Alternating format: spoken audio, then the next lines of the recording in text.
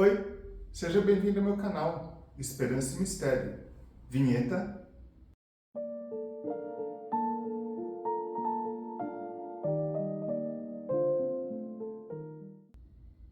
Meu nome é João, eu sou mestre em Ciências da Religião. Na aula de hoje, a gente vai falar a respeito de fake news, em crenças, em mitologias, em teorias da conspiração. E lembrando que esses vídeos não têm nada a ver com psicologia. Aqui é apenas eu, refletindo a respeito da vida e da espiritualidade. E vamos para os slides. Fake news, mitologias e teorias da conspiração. Slide 1. Tipos de histórias fantásticas. Fake news, mitologias e teorias da conspiração. Por que acreditamos nessas histórias? O ser humano gosta mais de histórias do que da verdade.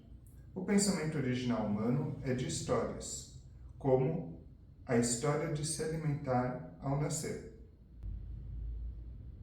Mais do que a verdade, o mais importante para nossa mente é buscar contar suas histórias. Fatores que reforçam as crenças nas histórias simbólicas. As histórias simbólicas trazem um forte elemento subjetivo de verdade. Tem ganhos secundários como a pessoa se sentir especial, a criação de uma identidade, amigos e assim por diante. Slide 2. O comportamento simbólico. O pensamento mágico e a tentativa de manipular o mundo por meio de símbolos. O ritual enquanto a encenação de símbolos. O mito como uma narrativa de símbolos.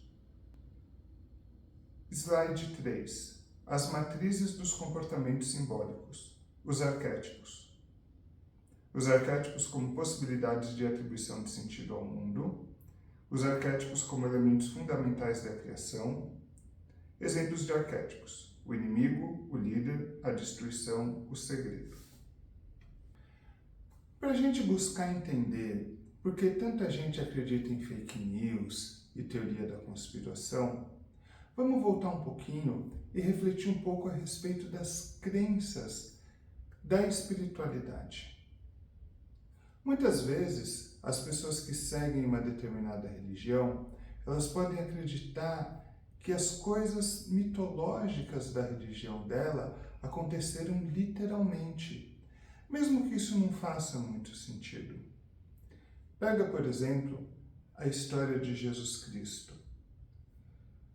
De acordo com as religiões, seria alguma coisa como que Jesus Cristo é o Filho de Deus, que Deus mandou para a terra para ser sacrificado, para resgatar a humanidade dos pecados e que Jesus Cristo seria o nosso Salvador.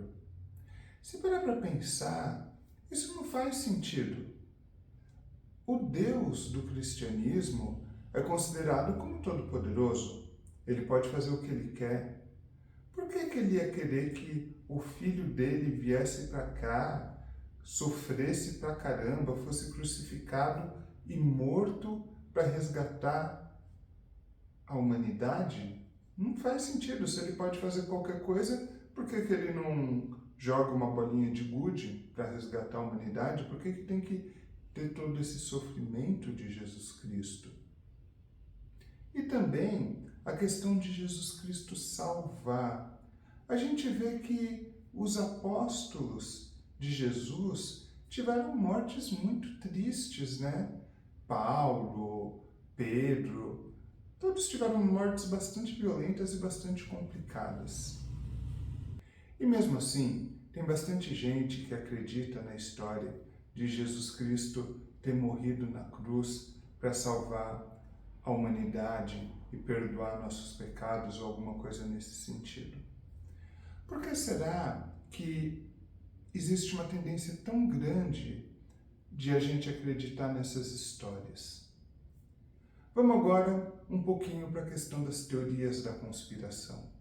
Teorias como que os alienígenas controlam a Terra, ou que existe um buraco na Terra e dentro da Terra existem civilizações.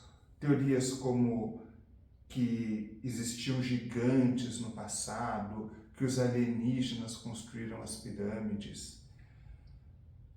Tem algumas dessas teorias que são muito evidentes que estão erradas, né?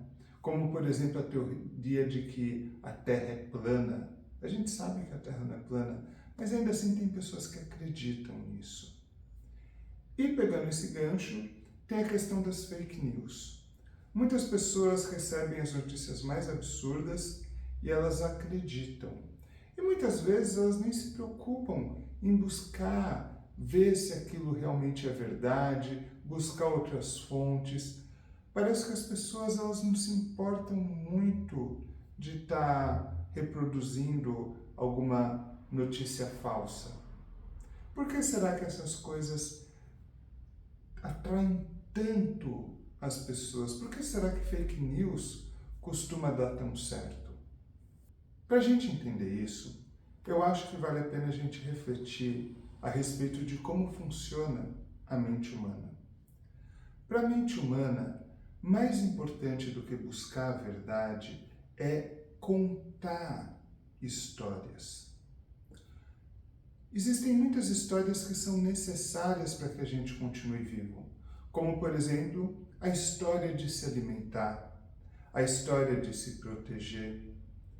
Buscar a verdade é só uma das diversas histórias que a nossa mente busca contar. E via de regra, buscar a verdade não está relacionado com a gente se manter vivo. Tem várias outras coisas que são mais importantes para a gente continuar vivendo e mesmo para a humanidade continuar existindo. Contar a história de se alimentar, contar a história de se proteger.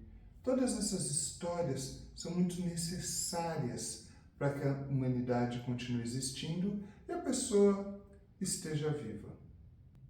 E como que a mente faz para contar as histórias?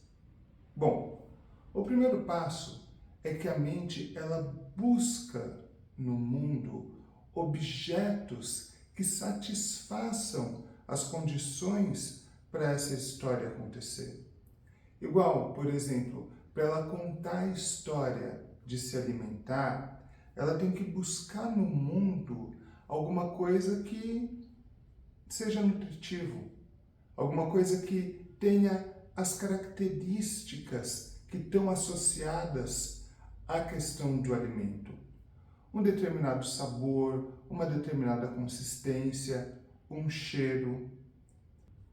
E é necessário que a mente ela tenha uma certa flexibilidade nessa busca por objetos para satisfazer os componentes da história.